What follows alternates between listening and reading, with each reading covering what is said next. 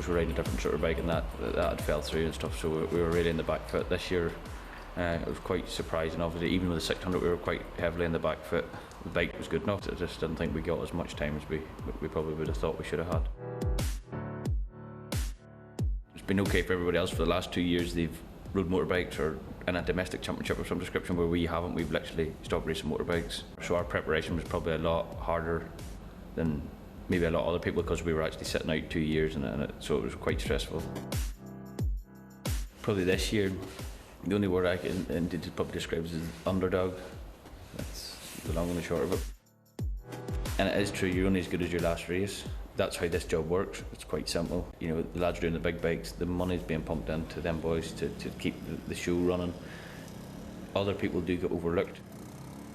I'm the last of the pure breed road racers, apart from obviously just a couple of lads from home, but there's nobody from Ireland anymore coming over and running TTs. So for somebody like me to still keep functioning within that, especially financially wise, because at the end of the day we do a lot of it ourselves. A lot of the bigger teams is quite heavily financed, and to do that we do come in as underdogs. The problem is I don't really have much of a choice, because I think I've pissed off every team manager, every manufacturer, probably 95% of the paddock, probably most people in the Isle of Man TT press, because I'm never in any of the programmes, and I'm socially awkward. So yeah, I do. I've not much of an option, have I? Yeah. Obviously 2 years away, things have changed, and the Isle of Man has changed a lot since we come back. Obviously, they've done resurfacing the roads, they've built new houses, they've took holes out of hedges, and things have changed that way.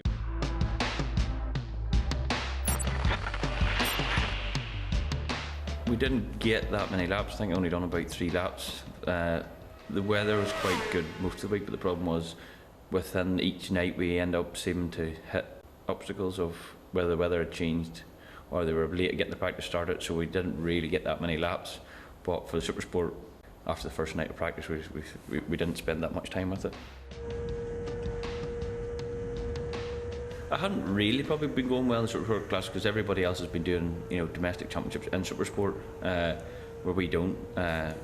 So, you know, I knew there'd be other people probably who's been riding a lot more in that class, or you know, as just in BSB of any description would have been. I knew the races were going to be hard, but I just didn't know who would come out the woodwork.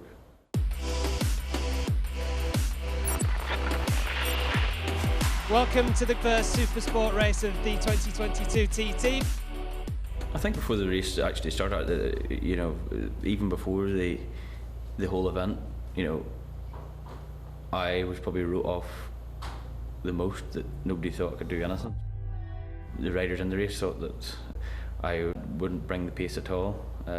Dean, you can't write Dean off in any race. You know Dean's going to be quick like he is, and he's good at what he does. And he's consistent, he's good in all the bikes, so you know you're going to be dicing with something like that. You know, different people just ride 600s all the time, or different people ride big bikes all the time, depending on what domestic championship they're in, but I think we definitely opened up a few eyes. I don't go onto the grid, because probably you're on the grid, so it means then I don't have to talk to you. So I sit in the garage and wait till you go, and then I get on my bike and go. This year the TT has obviously changed to it was going on a live feed, and there's a lot more camera people hanging around now. I suppose it's like everything, it's TT, you just need to get your head down.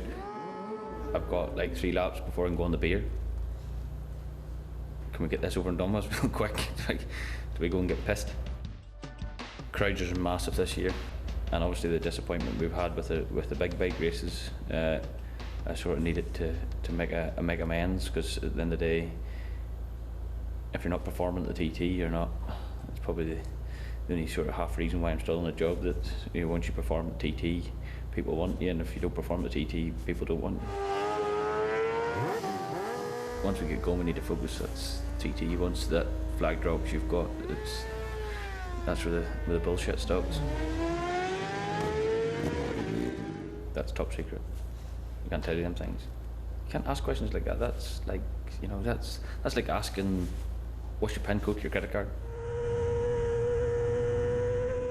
Well, remember, obviously there was a big crowd. TT was massive, and obviously it is getting bigger. Obviously, so the amount of people, and there was people in places that I personally have never seen them standing before.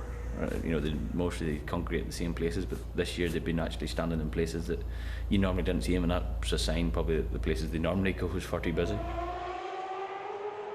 When you're obviously pushing, and especially the lap times that I end up doing, you know, 10 seconds isn't a mass amount over a 37-mile circuit, so you are going to catch, you know, the different people at different stages quite, you know, depending on how they're going and where you're going, and especially if one boy's caught another person, you always find out you pick two off. If you end up catching him, you end up picking two off quite quickly. James was away at 5, so when I chipped away at him, you always then sometimes when he had been chipping away at the next one, you'd end up catching 2 instead of 1, so it's not so bad. You end up catching 2, and it doesn't mean you're catching 1, 10 seconds catching another. You know, you can sort of gather up quite quickly. I think the first lap we sort of, whoever we caught, and whoever was in front. Like Dean, for instance, I was dicing with Dean, so I wouldn't. Dean was a minute up the road, and I think the whole race we separated ourselves by 1 or 2 seconds. You know, it wasn't. You know, it was. I'd never see him, and I think I had 10 or 12 seconds to the next one. So you were never. You didn't. I didn't see anybody. So it's once we had the first lap over, I think it was just pretty much. I didn't see another rider, I don't think, for the rest of the race.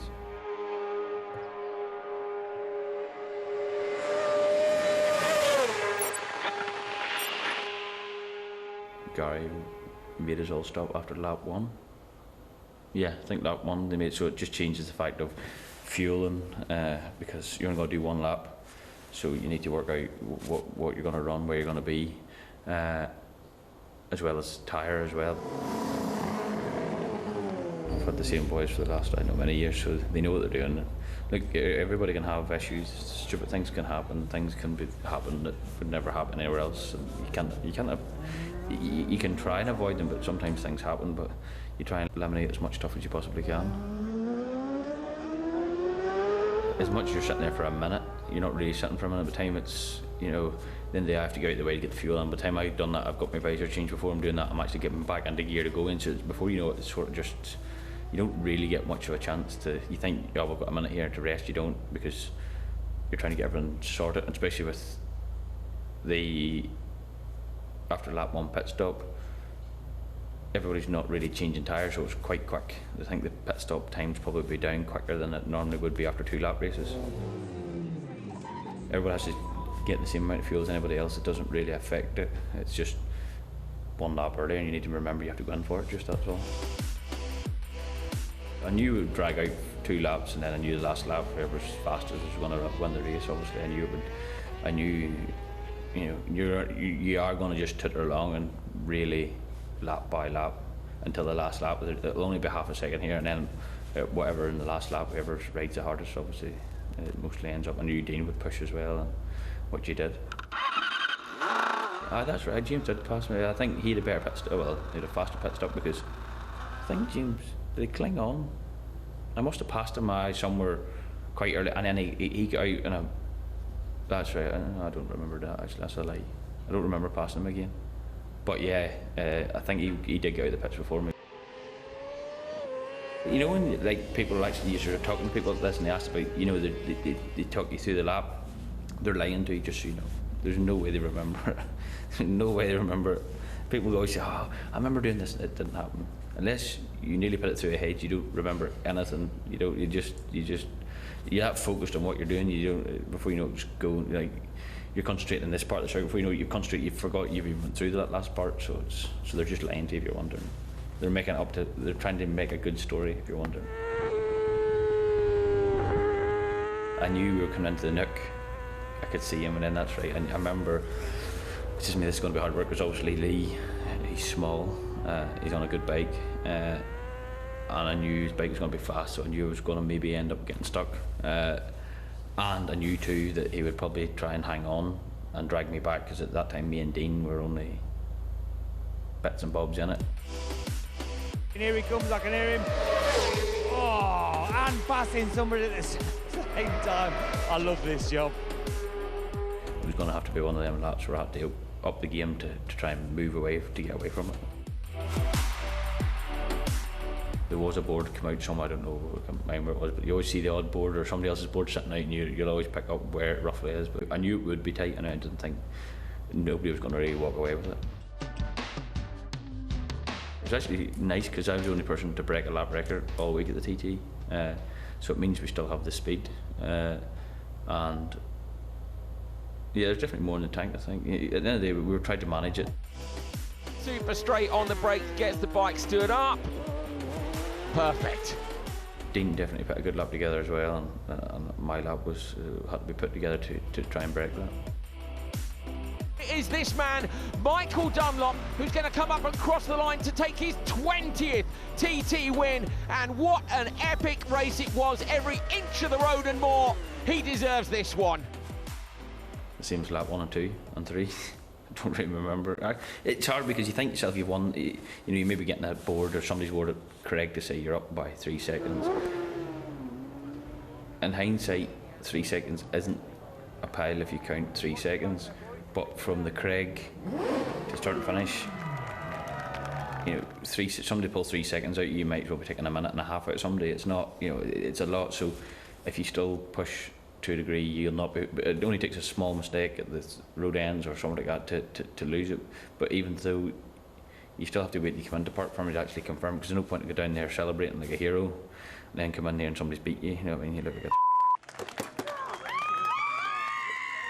Because of the way things happened this year, my normal 600 mechanic who looks after the chassis had to go and look after my shorter bike, so we were just doing it ourselves.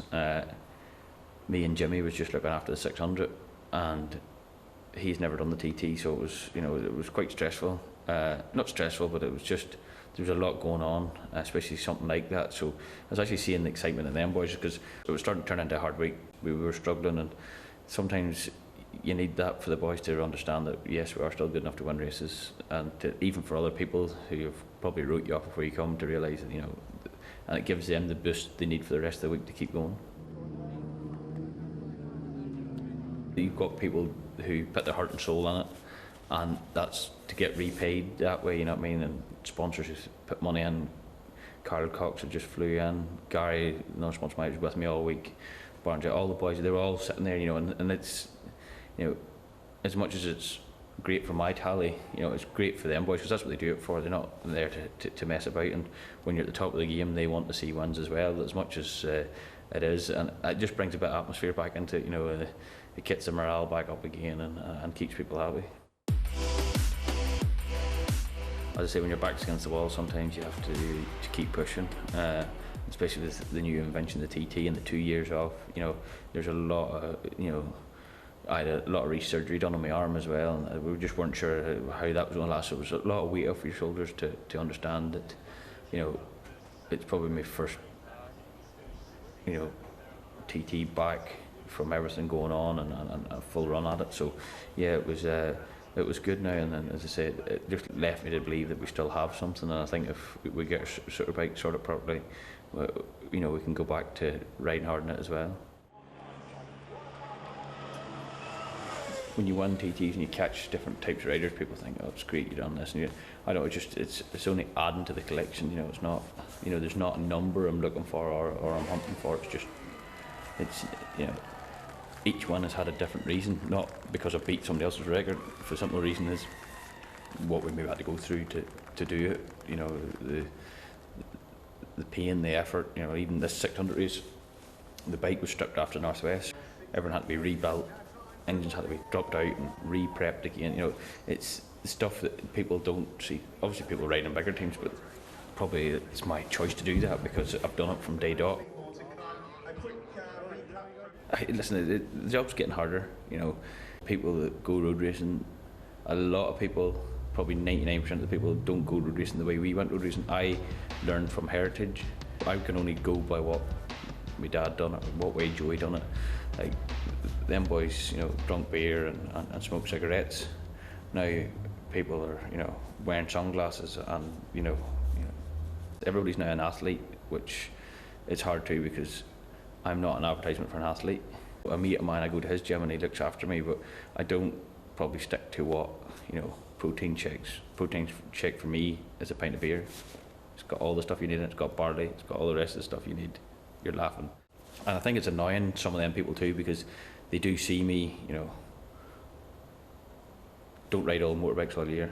I think this year we've done 7 or 8 races. We don't do a big pile of time and rock up to TT and still can win races.